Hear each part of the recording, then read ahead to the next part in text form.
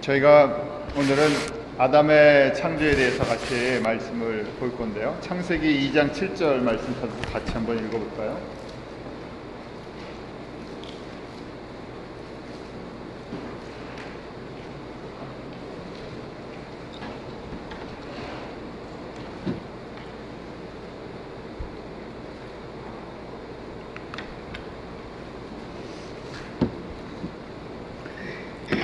창세기 2장 7절 찾으셨으면 우리 함께 같이 말씀 보도록 하겠습니다. 같이 읽죠. 여호와 하나님이 흙으로 사람을 지으시고 생기를 그 코에 불어넣으시니 사람이 생명이 된지라. 제가 지난주에 그 창조에 대해서, 그 창조론에 대해서 말씀을 나눴었는데, 창조론과 진화론이 계속 이 과학이나 이 학문의 세계 속에서도 이 갈등이 있잖아요. 어떤 것도 학문적으로 그렇게 분명하게 저희들에게 쉽게 설명해 줄 수 없죠.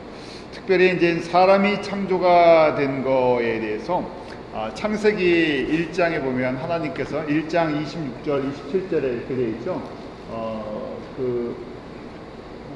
저희가 하나님께서 하나님의 모양과 하나님의 형상대로 사람을 창조하셨다고 1장에 되어 있잖아요. 그래서 일반적으로 잘 들으셔야 돼요. 일반적으로는 1장과 2장의 그 사람들이 같은 사람들이에요. 창세기 1장에 하나님이 하나님의 형상과 모양대로 창조한 그 사람, 그 다음에 2장 7절에 오늘 이 말씀은 어떻게 창조하셨냐, 흙으로 사람을 지으시고 생기를, 하나님의 영을 그 코에 넣어 주셨을 때 비로소 사람이 살아있는 존재다고 그렇게 기름을 받았다고 기록이 되어 있어요. 이게 전통적인 견해인데 저희가 전도를 하다 보면 이제 이게 단순하게 이 창조에 대한 그 질문들을 많이 받게 돼요. 그래서 어떤 것도 여기에 대해서 그렇게 딱 명확하게 답을 주지 않는다 그랬었죠. 그런데 이 전통적인 일반적인 이 견해에서 그 설명이 안 되는 부분들이 있으니까 신학자들이 다른 각도로도 이제 이걸 보는 거예요. 그래서 이제 그 중에 이게 전통 견해는 아니고요. 이렇게 보는 사람들도 있어요. 1장과 2장의 사람이 다르다는 거예요. 왜 그 문제가 있냐면, 그러면 아담 시대 아담과 하와만 있었으면 그 누구랑 어떻게 결혼을 했냐, 뭐 이런 문제가 생기고요. 가인과 아벨들이 그 이제 있는데, 그럼 이게 도대체 어떻게 된 거냐? 그러면 창세 때 그 아담과 하와만 있으면 어떻게 번성을 하냐? 그럼 전부 다 아담과 이 하와의 자녀들이냐? 아니면 원래 사람이 있었던 거냐? 아니면 이 구원적인 하나님의 구원 계획 속에서 아담을 하나님의 그 백성으로만 보았던 거냐? 여러 가지 질문들이 생겨요. 왜냐면 성경이 그거에 대해서 명확하게 기록되어 있지 않기 때문에 그래요. 그래서 이걸 답을 하려고 하다 보니까 이제 학자들이 1장에 하나님께서 지은 사람들이 있고 2장에 지금 아담을 지었다. 그래서 아담 전에 사람들이 있었다는 그 프리 아담아이트라고 하는 아담 전 사람들이 있었다 하는 그런 그것도 가설이에요. 왜냐면 알 수가 없으니까. 그런 거 아니냐. 그래야 그 당시 사람들이 존재했다는 것, 그것을 좀 그래야 이게 좀 뭐가 이가 맞지 않냐 하는 그런 이야기를 해요. 그 중에 이제 하나가 1장의 사람들은 그러면 이 아담 전 학설이에요. 아담 전에 사람이 있었던 1장의 사람들이랑 2장의 아담이랑 다른 사람이라고 하는 학설은 그럼 이렇게 이제 설명을 해요. 그 사람들은 생명이 없었다는 거예요. 그 하나님께서 하나님의 영을 집어넣지 않으셨던 사람들이다. 그냥 이 일반 사람들이다 하는 이야기예요. 왜 이렇게 두 종류의 사람을 설명을 하냐면요. 제가 전통적인 견해는 1장과 2장은 같은 사람이라 했잖아요. 말씀드렸죠. 근데 그걸로 설명이 안 되는 부분들을 전도를 하다가 이 설명이 안 되니까 이 부분을 갖다 한번 이렇게 하는 이런 학설, 이렇게 이야기하는 학자도 있다는 얘기예요. 문제가 이제 가인과의 관계 속에서 이제 문제가 생겨요. 우리 4장을 보면요. 아벨과 가인, 아담의 자녀들이 나오잖아요. 4장에, 창세기 4장에. 그 가인이 그 하나님을 떠나서 그 자녀를 낳는 장면이 나오죠. 4장 16절 17절이에요. 한번 같이 볼까요? 같이 읽죠. 시작. 가인이 여호와 옆을 떠나 나가 에덴 동편 노 땅에 거하였더니 아내와 동침하니 그가 잉태하여 에녹을 낳은지라. 가인이 성을 쌓고 그 아들의 이름으로 성을 이름하여 에녹이라 하였더라. 자, 이제 여기서 이제 이 문제가 생기죠. 가인과 아벨만이 아담의 자녀였다면 도대체 그러면 가인은 누구랑 결혼한 거냐? 그래서 전통적인 이제 학설은 아담의 딸들도 있었을 것이다.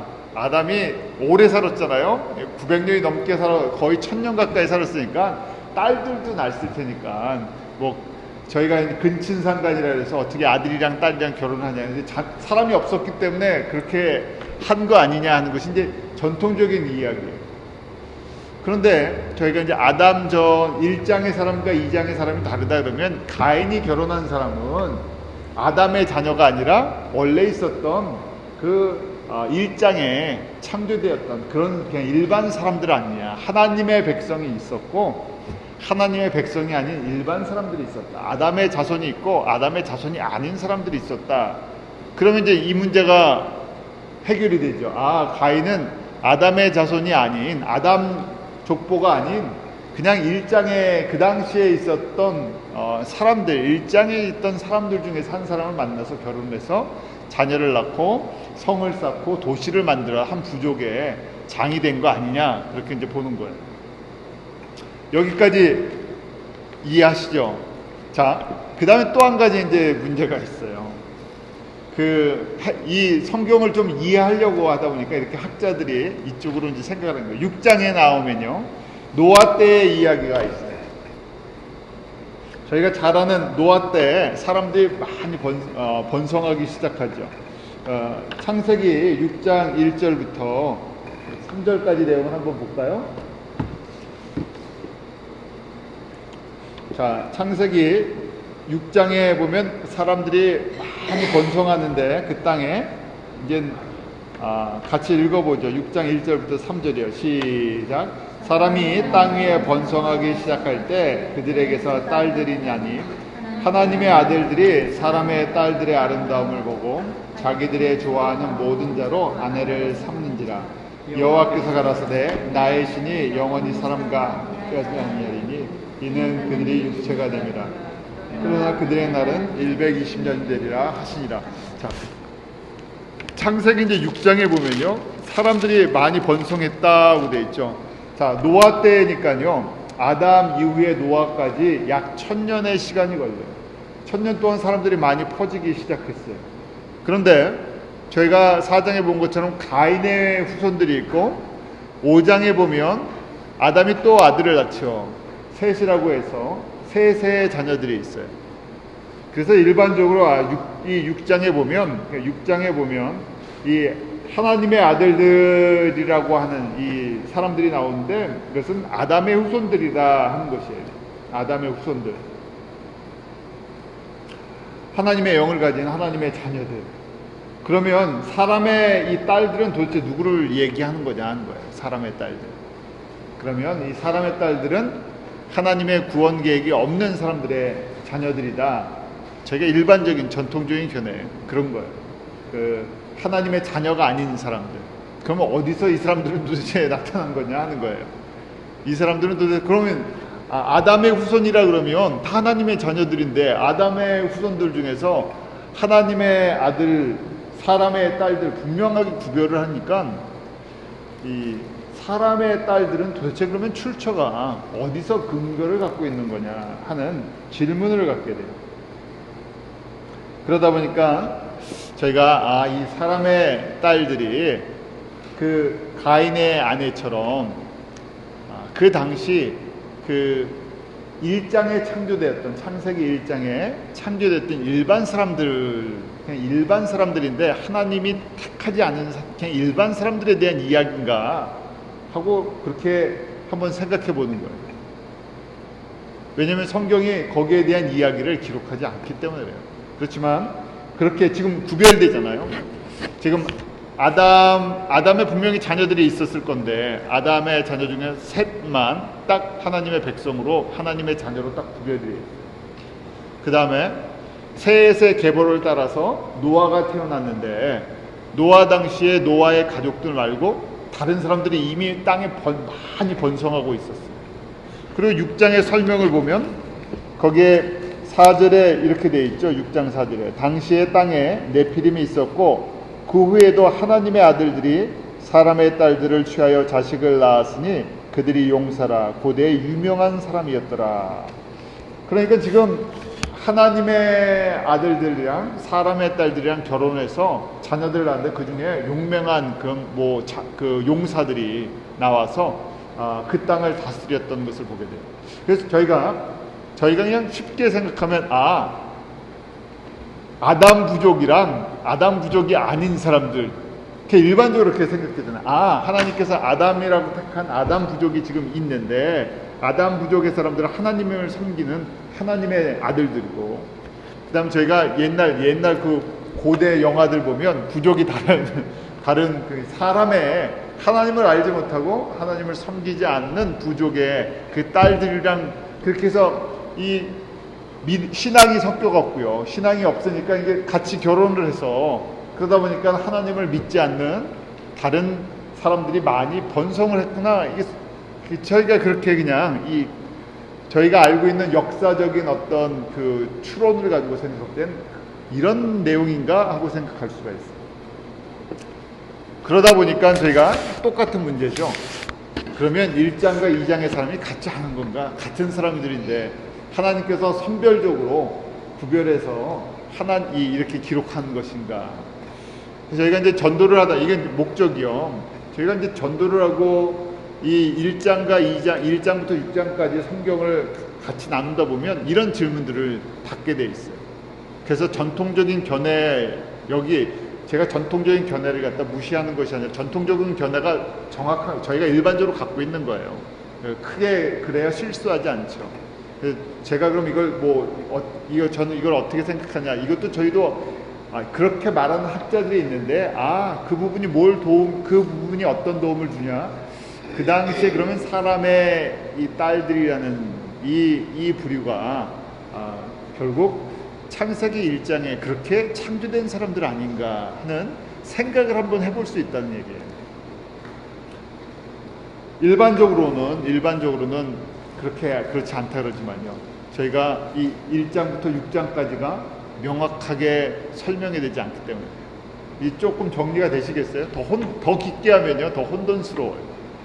이 질문은 굉장히 혼돈스러운 질문들인데 한 번은 저희가 성경 공부를 하다 보면, 전도를 하다 보면 이 질문을 꼭 받기 때문에 그래요.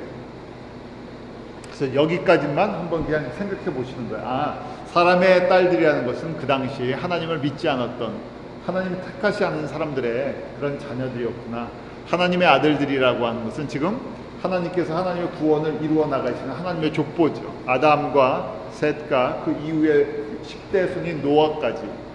그런데 저희가 그 신앙을 점점 사람들이 버려서 섞여버렸다는 얘기예요. 여호와 하나님을, 그 하나님의 구원 계획을, 하나님의 구원 되심을, 창조주 되심을 사람들이 잊어버린 세대가 되어버렸죠. 그렇기 때문에 마태복음 24장 저희가 지난번에 종말론 할 때 마지막 때의 비유로서 마지막 때가 되면 어느 때와 같다고요? 노아의 때와 같다 그랬어요. 노아의 때 지금 사회의 모습이 6장 1절부터 8절까지 쫙 나오잖아요. 하나님의 자녀들이나 세상 자녀들이나 구별이 되지 않고 다 섞여버리고, 그 다음에 세상의 어떤 도시들과 문화들을 만들어 나가면서 하나님이 창조주들 되시고 또 구원자 되시고 심판자, 다시 오실 예수 그리스도를 정확하게 보는 그런 사람들이 없어진다는 얘기예요. 노아 때 노아가 얼마나 외로운 사람이었어요.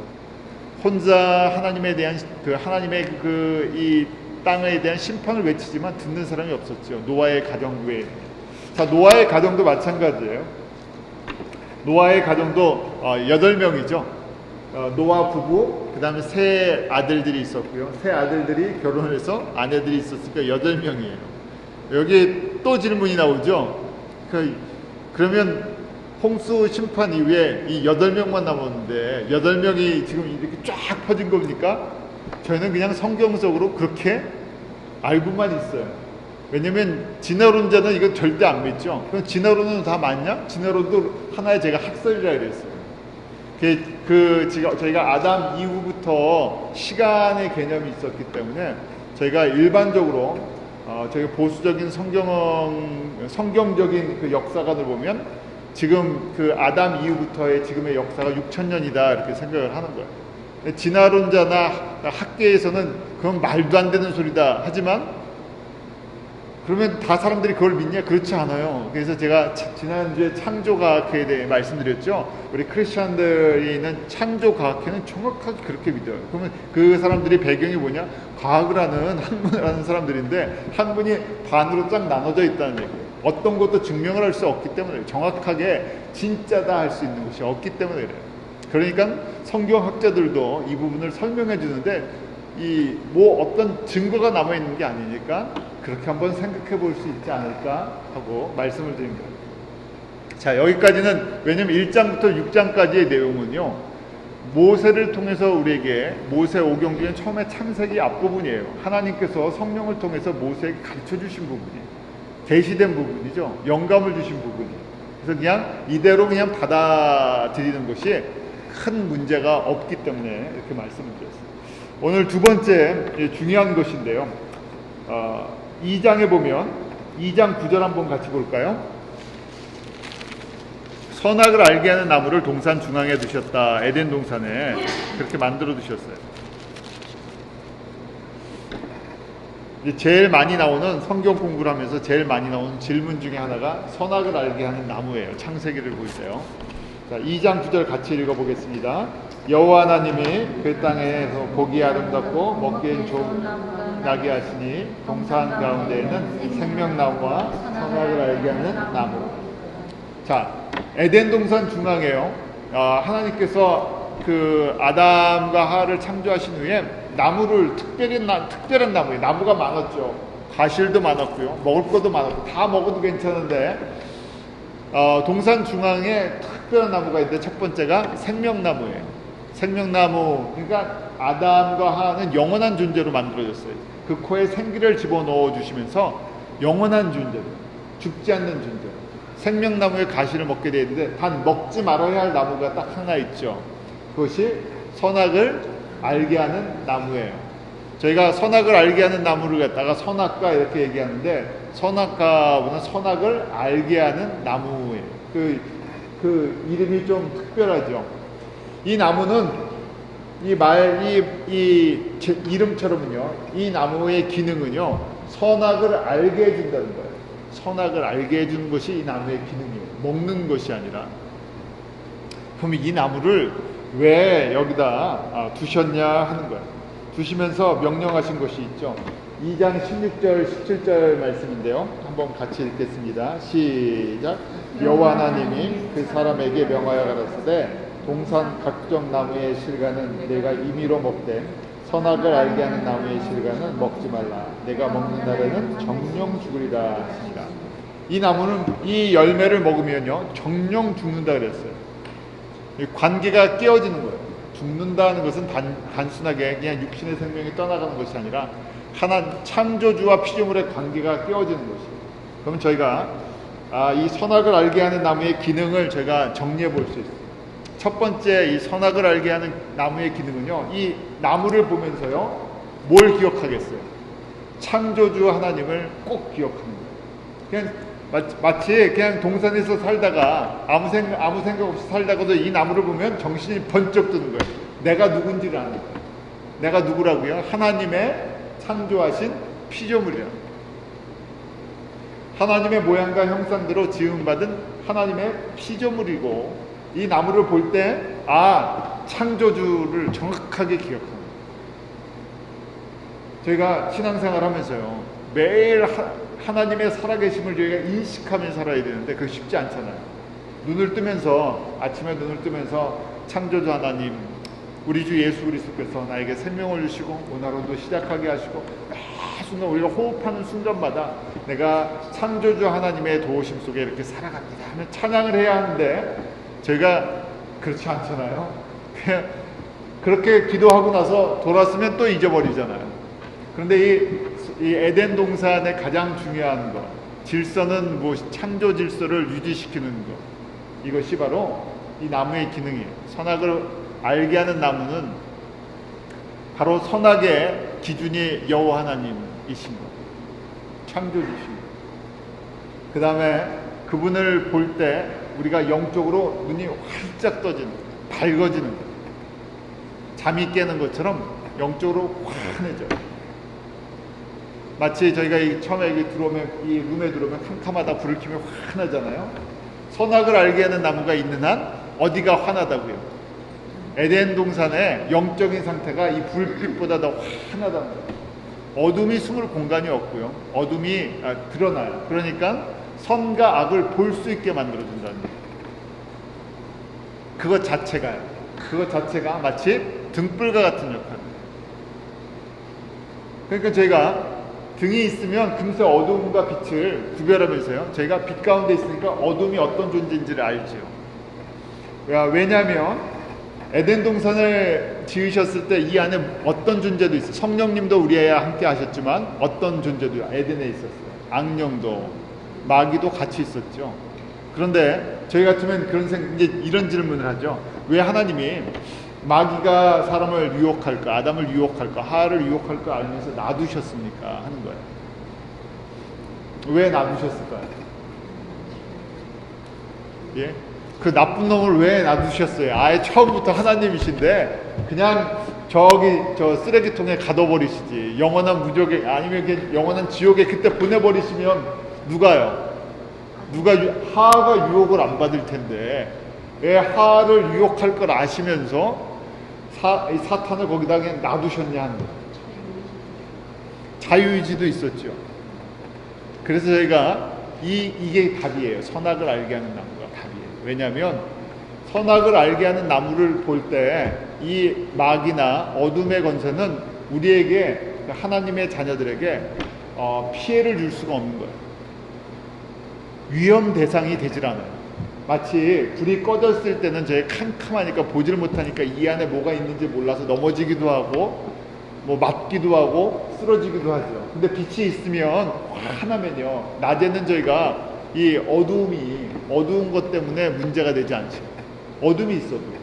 마찬가지로 사단의 존재가 이 선악을 알게 하는 나무가 있으면요 확 드러난다는 거예요. 마귀의 존재가 확 드러나요. 그러니까요, 마치 항상 썰치아이 같이, 아니면 무슨 이 해같이, 아니면 강한 빛같이, 이것이 에덴 동산을 비춰주고 있기 때문에, 에덴 동산 중앙에 있기 때문에 사단이 있어도요, 사단이 힘을 쓸 수가 없는 거예요. 자기를 감출 수가 없으니까. 자기가 아닌 것처럼 꾸밀 수가 없기 때문에 이 큰 위협이 되지 않죠. 그래서 이 선악을 알게 하는 나무를 있는 한 사단의 존재가 큰 위협이 되지 않고, 또 지금 자유의지를 우리에게 주셔서 하나님을 우리가 자유의지를 갖고 순종하는 법을 배우게 하셨어요. 또 한 가지는 사람이 타락할 걸 아셨죠. 유혹을 받고 타락할 가능성이 있어요. 왜냐하면 자유의지를 주시고 생각을 주시고 지식을 주시고 다 주셔갖고요, 사람이라는 존재는 언제든지 유혹을 받을 수가 있는 존재. 근데 유혹을 받을 때마다 선악을 알게 하는 나무를 보면, 창조주를 기억하면, 창조의 목적을 다시금 깨달으면 그 유혹을 이길 수 있는데요, 이 선악을 알게 하는 나무가 있는 한 넘어지지 않는다는 거예요. 그러니까 마귀의 입장에서는, 사단의 입장에서는 뭘 없애야 돼요? 선악을 알게 하는 나무에, 쉽게 말해서 등에 등불을 갖다가 없애버려야 돼요. 선악을 알게 하는 나무의 기능을 갖다가 파괴시켜야 돼요. 그래야 사람이 뭐냐면 어두움과, 영적인 어두움과 밝음을 구별하지 못해요. 저희가 그렇잖아요. 예수님이 우리를 도와주시고 은혜를 베푸시지 않으면 아무리 설명을 해줘도 영적인 세계를 이해를 할 수가 없어요. 보지도 못해요. 저희가 아무리 똑똑해도 사람이 갖고 있는 지식이나 사람이 갖고 있는 어떤 수단을 통해서도 저희가 영적인 존재를 증명해내지 못하죠. 그러니까 저희가 이제 의학이라고 해도요, 어디까지 다룹니까? 그냥 혼적인 수준의 부분을 좀 다뤄요. 영적인 존재는 다루지 못해요. 증명을 할 수 없기 때문에. 나타나지 않기 때문에 사람이 그래서 아무리 똑똑한 사람이라도 영적으로는 무지하니까요. 영적인 존재에 넘어지기도 하고 쓰러지기도 하고. 그래서 저희가 예수님을 아는 것, 그것 자체가, 창조주를 아는 것 자체가 하나님의 특별한 은혜 가운데 우리의 영적인 부분을 눈을 뜨게 해주시고, 우리에게 요한복음 1장에 예수님께서 빛으로, 참 빛으로 오셔서 어둠, 빛이 있으니까 그 빛이 참 빛을 볼 때 저희가 진짜 어둠이 무엇인지를, 어둠의 존재가 무엇인지를 깨닫게 되죠. 그러니까 사람들이 이 어둠의 존재를, 빛을 모르기 때문에 어둠의 존재를 두려워해서 굿도 하고 제사도 지내고 뭐 무당도 불러보고 점도 보고 다 그러죠. 왜냐면 안 보이니까요, 그 부분이. 그러니까 한국에 뭐 잘 살아도 점집이 안 없어지잖아요. 잘 사는 사람들이 더 점 보고요. 똑똑하다는 사람들이 그런 거 더 쫓아다니고. 왜냐면 지금 내 앞이 불안하는데 그 불안한 부분이 보이지 않기 때문에 뭔가가 있긴 있는데 그래서 그런 것 의지하죠. 그런데 예수 그리스도 우리 안에 참 빛으로 오시면 그게 두려움의 존재가 아니라요. 우리가 마가복음에도 보면 예수님께서 귀신을 쫓아내시죠. 귀신을 무슨 뭐 야단을 치고 큰 소리를 치실 때도 있지만 말씀만 하시면 이미 귀신이 그 존재를 알고요. 예수님이 누구신지를 알고 두려워 떨 수밖에 없는 것이. 저희가 이 어둠의 존재를 보면서 두려워하는 것이 아니라 어둠의 존재가 참 빛을 보면 있을 수가 없기 때문에 그렇죠. 이것이 지금 에덴 동산에 있었던 그 모습이에요. 그러기 때문에요, 이 선악을 알게 하는 나무 그 볼 때마다 우리 안에 성령님이 거하시면서 그 악령의 존재를 갖다가 인식시키시고 또 공격하고 쫓아내시고 우리가 영적으로 승리하고 하나님과 동행하는 삶을 살 수 있게 해주시죠. 그럼 오늘날 우리에게 선악을 알게 하는 나무의 기능을 무엇이 합니까? 첫 번째는 하나님의 생명의 말씀이에요. 그 선악을 알게 하는 이 나무의 기능을 첫 번째 우리에게는 말씀이에요. 말씀이 우리를 진리로 인도하고 분별하게 해주시고, 말씀이 영의 양식이고, 그 말씀으로 우리가 무엇이 옳고 무엇이 그른지를 알게 돼요. 저희가 법이 여러 법이 있잖아요. 세상법도 있고 사회법도 있고 종교법도 있고. 그런데 하나님의 말씀, 바로 예수 그리스도께서 선과 악의 그 중심이시죠. 예수 그리스도 안에 참 거룩이 있는 것이고요, 참 선이 있는 것이고, 인간적인 도덕적인 윤리적인 수준의 그 선과 악을 이야기하는 정도의 차원이 아니잖아요. 차원이 훨씬 다른 것이죠. 그러면서요, 저에게 바로 그 성령님께서 창세기 2장 7절 말씀처럼 그 코에 생기를 불어넣어 주셔서 리빙 비잉이 된 것처럼 성령님이 우리 안에 거하심으로 하나님의 자녀가 되고 우리가 비로소 하나님의 거듭난 생명으로 살아가게 하시죠. 저희가 주일날 요한복음을 통해서 이 성령 안에서 교제하는 것이 얼마나 중요한 건가, 그것이 호흡하는 거예요. 성령님과 교제한다는 것 자체가 우리에겐 호흡이에요. 호흡을 잘하면요 건강한 거고, 호흡을 잘하면요 분별력이 생기는 거고요. 이 성령 안에서 저희가 말씀이 깨달아지게 되고 기억나게 되고, 그 말씀의 주인공이 누구신지를 알게 되고, 왜 예수님께서 우리 가운데 이 말씀을 주셨는지를 이해하게 되고, 말씀을 너무 작게 보면 유대인들처럼 바리새인들처럼 자신들의 어떤 종교법이나 윤리법을 지키기 위한 수단으로 만들어놨는데요, 그냥 단순하게 종교와 윤리 도덕을 지키기 위한 법이 아니라 우리에게 생명과 그 거룩을 주시는 하나님의 그 바로 능력이시고 하나님 자신이시죠.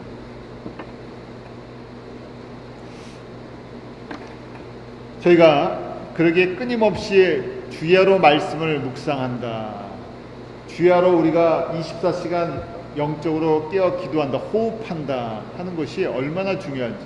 누구나 다 어둠에 대한 유혹과 도전을 받을 수가 있어요. 언제요?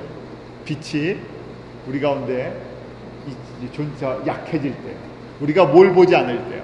선악을 알게 하는 나무인 하나님의 말씀과 성령의 기름 부으심 우리가 떨어지면요 누구나 다 유혹받을 수 있고요. 그때가 마귀에게서는요 바로 아주 공격할 수 있는 좋은 기회.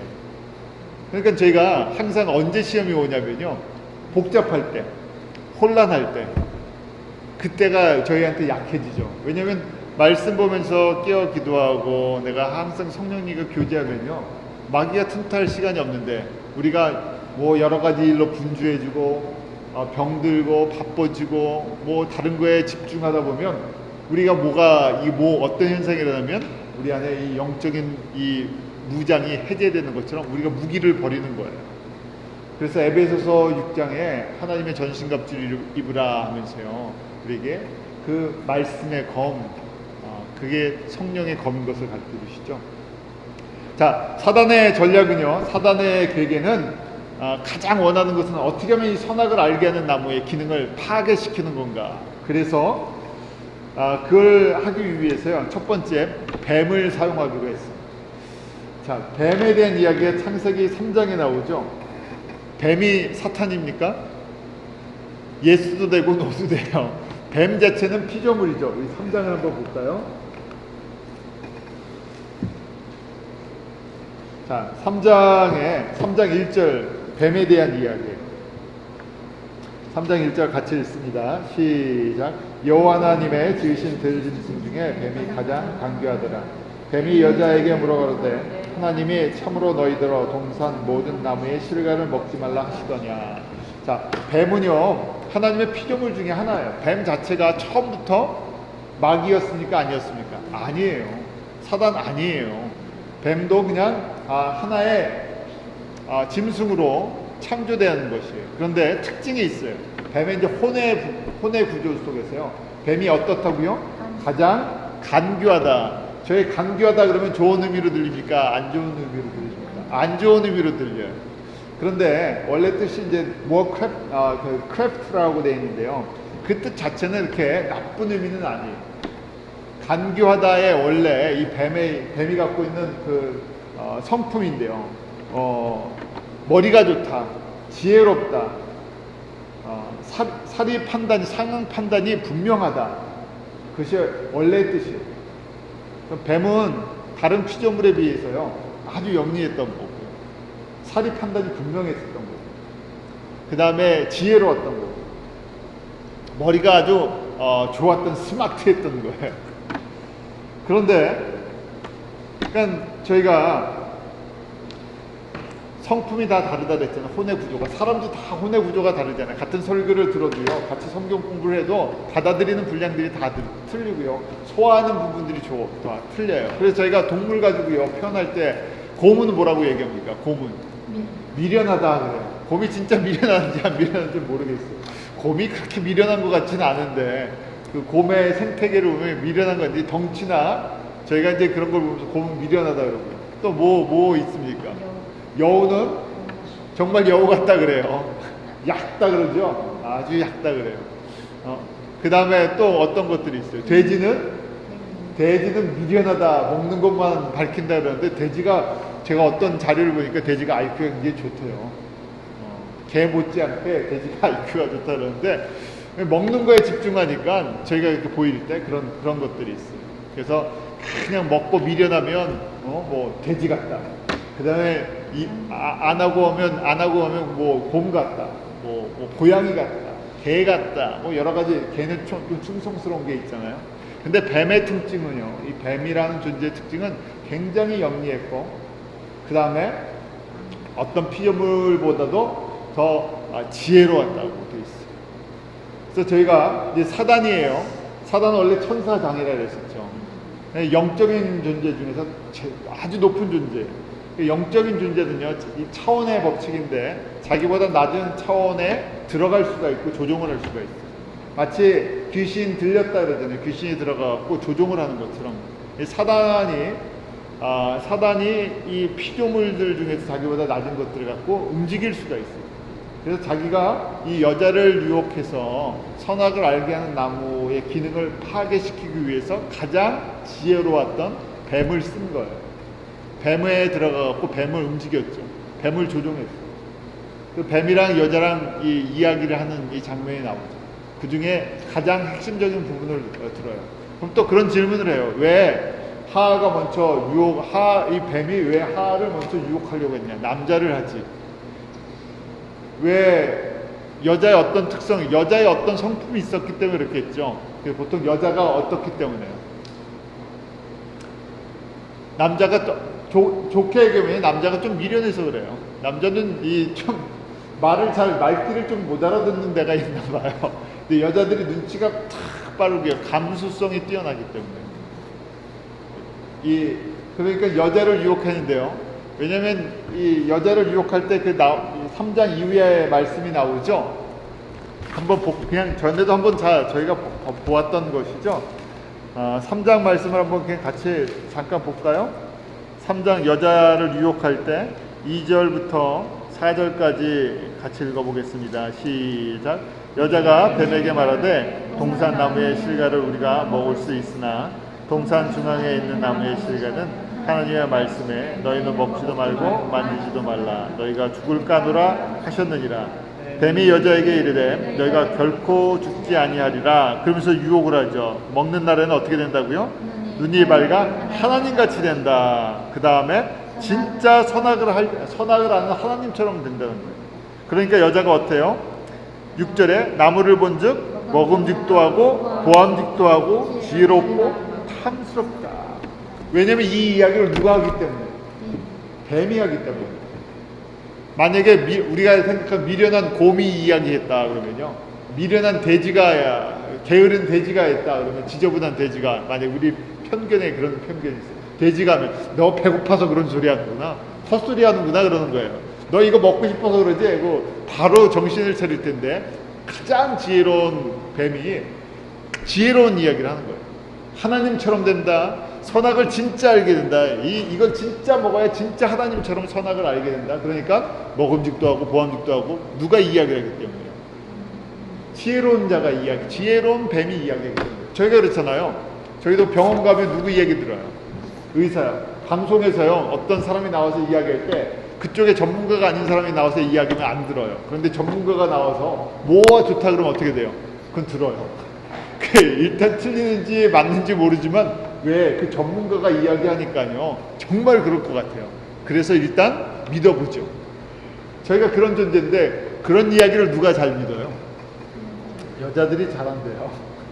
그러니까 약장사들도 과거에 보면 할아버지들이 약을 사갖고 오지 않고요, 가만히 보면 할머니들이 약을 사갖고 오요. 그런 경우 없으세요? 저희 집에도요, 저희 할머님이 가끔 저희 동네에 무슨 서커스 다녀온대요. 그럼 저희 할머니 보통 그런 거 안 사시는데 가서 서커스 다니고 뭐 구경하시고는 뭘 이렇게 들고 오세요. 그거 뭐예요? 야, 이거 먹기만 하면 이게 그렇게 좋단다 그러면서 만병통치약을 들고 오세요. 보통 때는 안 사시죠. 절대 동네에서 그냥 이거 한번 먹어봐 만병통치약이면 안 사는데요. 사람의 마음을 다 녹여놔갖고 그 다음에 이제 거기서 이야기를 하면 그 만병통치약이라고 이제 사갖고 오시는. 그렇게 하하가 지혜로웠던 그 뱀을 통해서 사단이 공격을 했죠. 여자는 또 누구를 또 약하게 만듭니까? 남자를. 남자가 아무리 힘이 있고 강해 보여도요, 누구의 말을 잘 들어요? 여자의 말을 잘 들어요. 그러니까 아주 누가 이 전략을 짠 거예요? 사단이에요. 완벽한 전략이. 왜냐하면 이런 가능성이 피조물인 우리에게 있다는 얘기예요. 지금도 마찬가지. 이게 그대로 있잖아요. 저희의 속성 가운데 이게 남아 있어요. 그래서 지금도요. 그래서 항상 사건 일어나는 거 보면 배후에는 누가 있습니까? 여자들이 있어요. 그 뒤에는 누가 있습니까? 세상의 권세를 쥐고 있는 어둠의 권세가 깔려 있어요. 저 지혜로운 사람인데 저거 안 넘어갈 것 같은 사람들인데 넘어가죠. 자, 이렇게 해서요, 사단이 뱀을 이용해서 먼저 여자를 넘어뜨리고, 여자가 그런 부분이 약점이 있으니까요, 또 남자의 약점은 여자에게 있어요. 그러니까 그래서 남자도 넘어가는 이 사건이 일어나죠. 자, 근데 이 뱀이요, 그 후에 하나님의 심판을 받죠. 하나님 심판을 받을 때 모습이 3장 14절에 나와요. 한번 같이 볼까요? 3장 14절이요. 창세기 3장 14절 같이 읽습니다.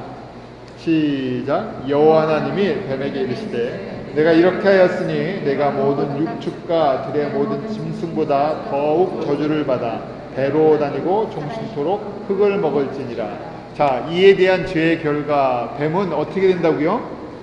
저주를 받아서 배로 다니고, 그러니까 저주받기 전에, 지금 이 사건이 일어나기 전에 뱀은 뭘로 다녔다고요? 배로 다니지 지금의 같이 다리가 없지 않고 다리가 있었다는 얘기죠. 그래서 저희가 그 모든 종교에 보면 그 불교도 그렇고요. 그 다음에 우상을 섬기는 사람들을 보면 항상 용을 갖다가 그리고 있어요. 중국에도 그렇고 한국도 그렇고. 그러니까 용의 모습에서 뭐가 없어지면요, 다리가 없어지면 그게 뱀이에요. 그리고 계시록 20장 2절에 보니까 마지막 때 용을 잡으니 곧 옛뱀이요 마귀요 사탄이라 잡아 1000년 동안 결박해요. 그래서 지금 사탄이 마귀고, 마귀가 누구에게요? 지금 이 뱀에게 역사한 옛뱀이 이름이 뭐였다고요? 용이라. 계시록 20장 2절에 보면 용이 그 옛뱀, 저주받기 전에 뱀이 용이었군요. 여러분들이 어떤 다른 종교 우상을 섬기는 사람들이 자기의 영적인 체험을 했다고 하면 꼭 보는 것이 뱀과 용을 봐요. 뱀의 세계를 보고 용의 세계를 보고 신비한 체험을 했다, 각성했다, 내가 새로운 세계를 경험했다. 그래. 무당들도 그렇고요. 그 다음에 인도의 종교들도 그렇고, 중국도 전부 그렇고, 한국도 그렇죠.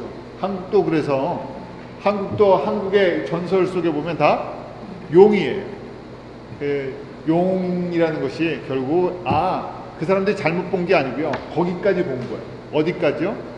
마귀의 어둠의 세계까지 딱 본 거예요. 거기까지 이 눈이, 마귀가 눈을 뜨게 해줘갖고요, 어떤 부분 영적인 눈이 열려갖고 어둠의 세계의 최고 자리에 누가 앉아있어요? 용이 앉아있는 거거든요. 전에 무당 같은 한국 여자 정형경인가요? 신학자가 있어요. 한국에 이대에서 종교학 가르치는 신학자가 있는데, 신학자라고 하는데 무당이에요. 무당. 저희가 보면 그냥 무당이에요. 근데 그 사람이 이제 자서전에, 사실은 남편이 목사였고 이 기독교 집안이었는데, 자기 자서전에 뭐라고 써냐면, 자기가 돌을 닦다, 쉽게 말해서 영계를 체험하려고 돌을 닦다가 어느 순간에 올라갔는데 거기서 용을 만났다는 거예요. 새로운 세계를. 그래서 그 사람은 계속 전 세계를 다니면서 그 새로운 세계를 갖다가 연구를 하고, 그걸 갖다가 기독교 거기다 발표를 해요. 기독교라고 할 수가 없죠. 이제 혼합돼 버려서 뭐에 붙잡힌 거냐면 마귀에게 붙잡혀 있는. 안타까운 건데 그런 사람들이 많아요. 불교에 유명한 사람들, 불교를 좀 깊이 들어간 사람들은 불교를 깊이 들어가다 꼭 뭘 만나냐면 용이나 뱀을 만나요. 그러면서 굉장히 거기 안에서 도가 깊다고 얘기를 해요. 결국 어둠의 세계를 본 거죠. 참 그걸 넘어서면 뭐가 있습니까? 그 세계를 넘으면요, 바로 하나님의 보좌가 있는데, 하나님의 빛이 있는데 그 빛을 보지 못하니까 어둠에 갇혀 있다는 증거죠. 저희가 그래서 은혜가 바로 거기에요. 하나님의 세계를 알지 못하고 뱀의 세계, 용의 세계까지만 아는 것, 그것이 이 세상 사람들이 어디에 놓여 있나 하는 것인데, 그 너머에 하나님의 나라, 하나님의 세계가 믿어진다는 것이 저에겐 그 은혜로 다가온 것이죠. 자, 여기까지가 저희가 왜 세상이 어두워졌는지, 사람들이 어둠의 권세에 속고 있는지, 지금 모든 사람들이 다 속고 있는 거죠. 하나님을 알지 못하는 사람들, 또 하나님을 안다고 하지만 어둠의 세계에 이렇게 다 속고 있는 것이죠. 그럴 때 하나님께서 창세기 3장 15절 아주 유명한 말씀을 저희에게, 가장 중요한 유명한 것이 아니라 가장 중요한 말씀이에요. 창세기 3장 15절 말씀이 절대 잊을 수 없는 말씀이에요. 창세기 3장 15절 말씀 같이 읽어볼까요? 시작. 내가 너로 여자와 원수가 되게 하고 너의 후손도 여자의 후손과 원수가 되게 하리니 여자의 후손은 내 머리를 상하게 할 것이요 너는 그의 발꿈치를 상하게 할 것이니라 하시고, 창세기 3장 15절 저희가 하나님의 구원 계획 말씀 배웠었죠. 하나님의 대구원 계획에 바로 시작되는 말씀입니다. 이 말씀, 아담이 타락하고 아담이 범죄한 이후에 삼위 하나님께서 이렇게 사람을 구원할 계획을 선포하신 거예요. 이것이 성경의 시작이에요. 이것이 창세기부터 요한계시록을 이끌고 있는 가장 중요한 백본이라고, 등뼈와 같은, 가장 척추와 같은 말씀이에요. 결국 이 말씀 속에서 모든 성경의 다른 사건들이나 구절들이나 역사가 여기서 퍼져나간다고 생각하시면 돼요. 이 말씀을 그렇게 보지 않으면요, 성경을 따르게 봐요. 이 말씀이 성경 전체를 갖다가 연결시키는 가장 중요한 그 하나님의 구원 계획의 시작점이다. 이 말씀에서 모든 말씀이 뻗어나가는 가지와 같다는 생각을 하지 않으면요, 성경을 보면서 저희가 창세기를 보면서도 다른 이야기하고, 출애굽기 보면서 이스라엘 역사가 시작됐다 이렇게 이야기하고요, 그 다음에 전부 다른 이야기를 해요. 이 말씀을 모르기 때문에. 다른 말씀을 몰라도 정말 이 말씀은 꼭 정확하게 이해하셔야 돼요. 사람이 하나님의 모양과 형상대로 창조되었지만 사람이 갖고 있는 이 속성 때문에 유혹을 받을 수 있었죠. 또 하나님께서 허락하셨어요. 그 시련과 시험을 극복하고 범죄하지만 하나님께서 구원하셔서 다시 하나님께로 돌아와서 회복되는 이것이 큰 것이 하나님의 창조의 완성과 같은 것이에요. 근데 이걸 갖다 깨닫는 사람들이 많았으면 좋겠는데요, 많지 않아요. 자, 저희가 이 말씀을 보면서요, 하나씩 이제 저희가 정리를 하면, 내가라고 시작하죠. 내가가 누구세요? 내가, 지금 말씀하시는 분이니까 여호와 하나님.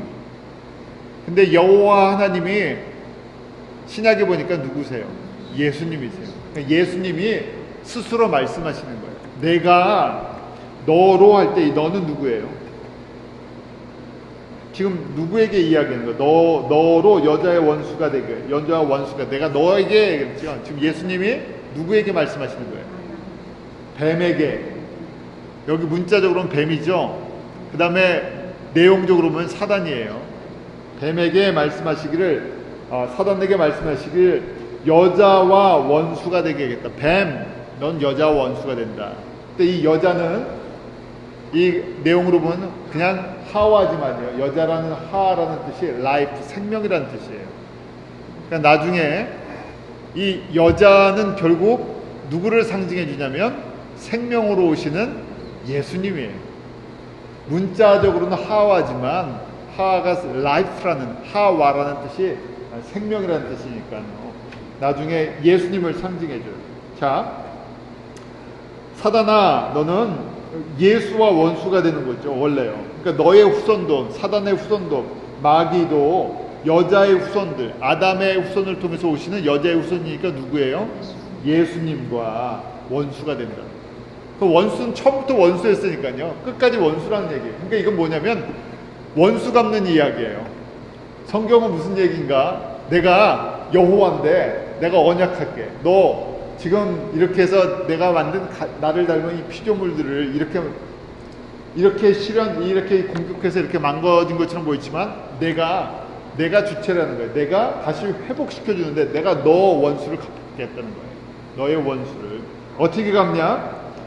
거기에 있죠. 여자의 후손은 내 머리를 상하게 할 것이요. 여자의 후손으로 오시는 예수님이 이 뱀, 사단의 머리를 상하면 어떻게 돼요? 죽는 거죠. 머리가 상하면요, 저희가 모든 기능이 마비가 되고요, 파괴되는 거예요. 자, 내가 머리를 상하게 할 것이고 너는 누구예요? 마귀는 누구의 발꿈치를요? 여자의 후손으로 오시는 예수님의 발꿈치를 상하게 할 것이다. 이 사건이 바로 십자가의 사건을 예표하는 거예요. 십자가에서 예수님은, 마귀는 하나님의 아들 예수를 죽이려고 했죠. 죽었지만 그 죽음의 권세를, 사망의 권세를 깨뜨리는 십자가의 대반전이에요. 죽음에서 부활하심으로 말미암아, 죄의 그 피를 흘려주심으로 말미암아 예수 그리스도가 죽음으로 그 피가 흘러져서 모든 죽은 사람들이 살아나는 역사를 이루셨어요. 그러면서 이 마귀의 권세를, 죽음의 권세를 깨뜨리셨죠. 부활을 하심으로. 그래서 이 머리가 상했다는 거예요. 반대로 예수님은 손과 발이 못에 박히시면서 찔리셨죠. 상하셨어요. 그 육신이 상하셨는데 뱀은, 그 사단은 예수님의 발꿈치를, 발을 물었다는 것입니다. 이렇게 앞으로 때가 되면 내가 이것을 이루겠다. 그런데 이것에 지금 결국 구약의 모든 4,000년의 역사, 아담 이후의 역사는 이것을 준비하기 위한 과정이라는 것이, 지금 이걸 위해서 내가 판을 깐다는 거예요. 그 판을 까는 과정이 지금 구약의 지금 이 창세기 이 3장 이후의 이 내용이, 3장 15절 이후의 내용이 이거에 대한 가지로가 펼쳐지면서 흘러간다는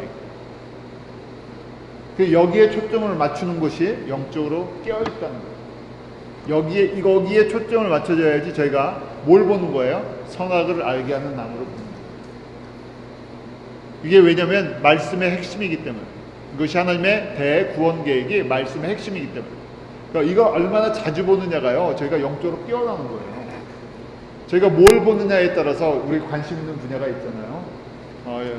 내가 하루 24시간 나에게 만약에 깨어있는 18시간 동안 내가 뭘 보느냐, 내가 주로 보는 게, 내가 관심 있는 게 어떤 거에 뜨냐, 거기에 눈이 떠져요. 거기에 눈이 떠지잖아요. 만약에 저희가 음식 만드는 걸 한 10시간을 보면 어떻게 됩니까? 음식 만드는 거에 눈이 떠져요. 또 학교에서 공부하는 아이들은 열심히 하루 8시간 공부하니까 그 지식에 대해서 눈이 떠지기 시작해요. 저희도 마찬가지예요. 하나님의 구원 계획을 자꾸만 저희가 성경 속에서 그걸 보는 것이 우리 눈이 떠지는 거예요. 눈이 떠져야 그 다음에 내가 어떻게 하나님을 섬겨야 될 것이, 그 다음에 그림이 그려지기 때문에. 하나님께서 이렇게 해서 하나님의 구원 계획을 창세기 3장 15절부터 시작하셨어요. 그러고 나서 이 모든 것이 이 하나님의 큰 구원 계획, 여자의 후손으로 오셔서 십자가에서 우리를 구원하실 것에 대해서 한 가지씩 구약의 사건으로, 역사로, 예표로 보여주신 거예요. 그 다음이 바로 가죽옷을 입히시는 장면이 창세기 3장 22절.